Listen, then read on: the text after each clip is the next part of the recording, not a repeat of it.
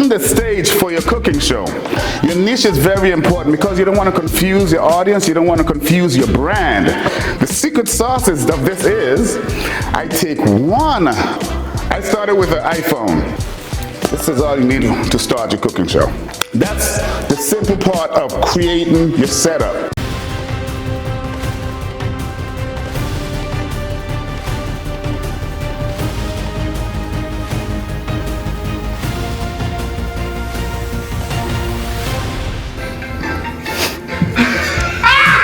Yo,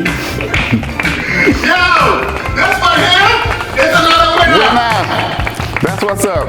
That's just a little guideline, a little snippet, the fun I have doing my cooking show, okay? And that was at my house, all right? So, planning your cooking show. What do we need to do with planning your cooking show? Choosing your niche, defining your target audience. This is very, very important. You don't want to be as chefs, we can do anything. We can cook a lot of different things. But if you specialize in something specific, a niche, if you're a vegan chef, if you're a sauce chef, if you're a Jamaican chef, if you specifically deal with something like that, your niche is very important because you don't want to confuse your audience, you don't want to confuse your brand. So for me, being from the Virgin Islands, I got an accent, I listen down here in South Florida. The name of my show is Floribbean Cuisine with Chef Winston.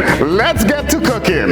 That's what my niche is, and I stick to that. So everything that I do is going to see a lot of classical things on my channel that you would know and love, like a chicken parmesan. I put that into my own Floribbean style. Chicken marsala, I put that into my Floribbean style. So there's a lot of different things I put into my style, but I'm sticking within my specific niche, right? Deciding on your format, live, pre-recorded, or hybrid. I do both. Live and pre-recorded. The one you just saw is pre-recorded stuff. Now, get this. You want to know, when do I have time to do this as a chef? I really don't, but the secret sauces of this is, I take one day out of the month to film 4 episodes. That's what I do. Is it a lot? Is it a lot of mental situation going on? Yes. But if you dedicate yourself and want to show up every week at YouTube and produce content every single week and have something, that's what you do. So over the summertime, South Florida is slow. We are very slow. So what I ended up doing is filming 20 episodes. 15 to 20 episodes I did. 15 to 20 episodes because I know I was getting into the holidays and I was being busy. So a lot of the episodes that you may visit on my channel and seeing right now was filmed in the summertime. So right now I'm okay. So my niche is, so my queue is going a little bit low, so I gotta get back in the studio, in my kitchen soon. So you gotta structure your episodes for engagement and consistency, like I was just talking about. Just show up, you just gotta show up. People want to see you. When I was doing my first YouTube channel, when I first started my YouTube channel, I would always get comments randomly, hey, when are you gonna put out another video? But that was not my thing at the time. I just wanted to show you guys what I can do as a caterer. So people is looking for your stuff. If they like what you do as a vegan chef, of a Caribbean chef, or Italian chef, the people just want that consistency so they can engage with you, okay? The tools. Now, this is important. You see this camera over here? That's very intimidating.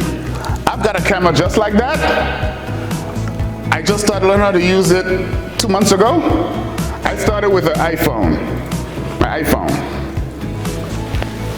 This is all you need to start your cooking show, to be honest with you. I have 2 of them, an old one and my regular one for my front camera, and I got a side angle, so I'm talking, boom, boom, boom, boom, boom, boom. So having budget start off, in my opinion, you want to start off very, very budget friendly, so you don't have too much stuff, because you start off big thinking about, I need this equipment, I need that equipment, and you don't know how to use it, you're going to get frustrated, and you're going to end up not even starting your cooking show. So start where you are. That's my opinion, and that's my recommendation on that. So basically, the lighting that I was using, I had a ring light.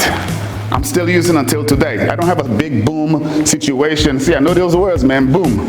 See, I learned these things. I don't have the big lighting that's required that I used to see these guys come into my house before to use and all that good stuff. I don't have that yet. I will eventually, but what's working for me is what I have right now. So that works really, really, really well. Now, In my home kitchen, setting the stage for your cooking show.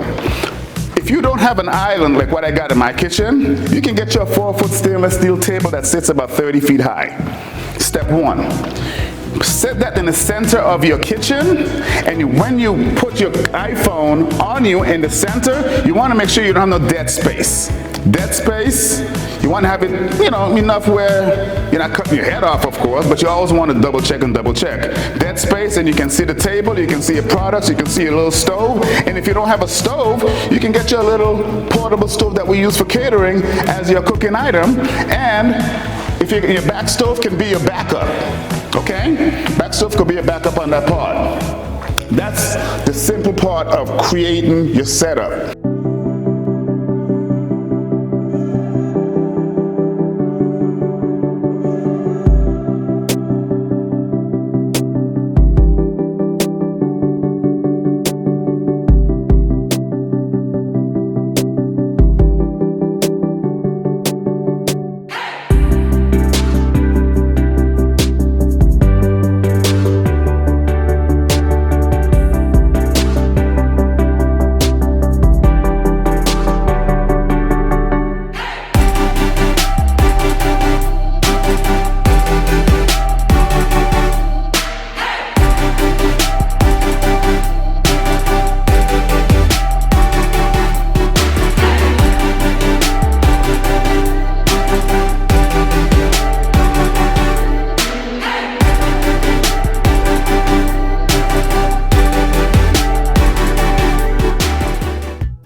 Smooth tech production and editing. Now, editing, that's the one thing I do not involve myself with.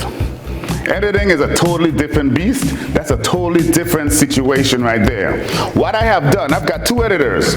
I went on to Fiverr and I went on to Upwork. I found those guys overseas. I got one editor who's in Pakistan, and I got another editor who is in Ukraine. These two guys got different styles.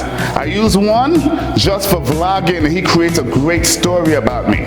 So whatever, for example, this gentleman over here, I have brought him in to get raw footage for me. I'm going to send him all that footage, and he's going to create a great story about this episode for me. So even when I'm doing like weddings and stuff like that, and I got a videographer following me around, I take all that raw footage, send to him, he can do it for me. The other video guy who's in Ukraine, what he does, once I'm filming my episodes at home, what he does, he just basically based on what you just saw in the sample, he's the one that does that kind of work for me. So editing is something I don't teach. Editing is something I recommend you highly source that out. That's where the work is, and that's where the talent is, other than you being a chef cooking on screen.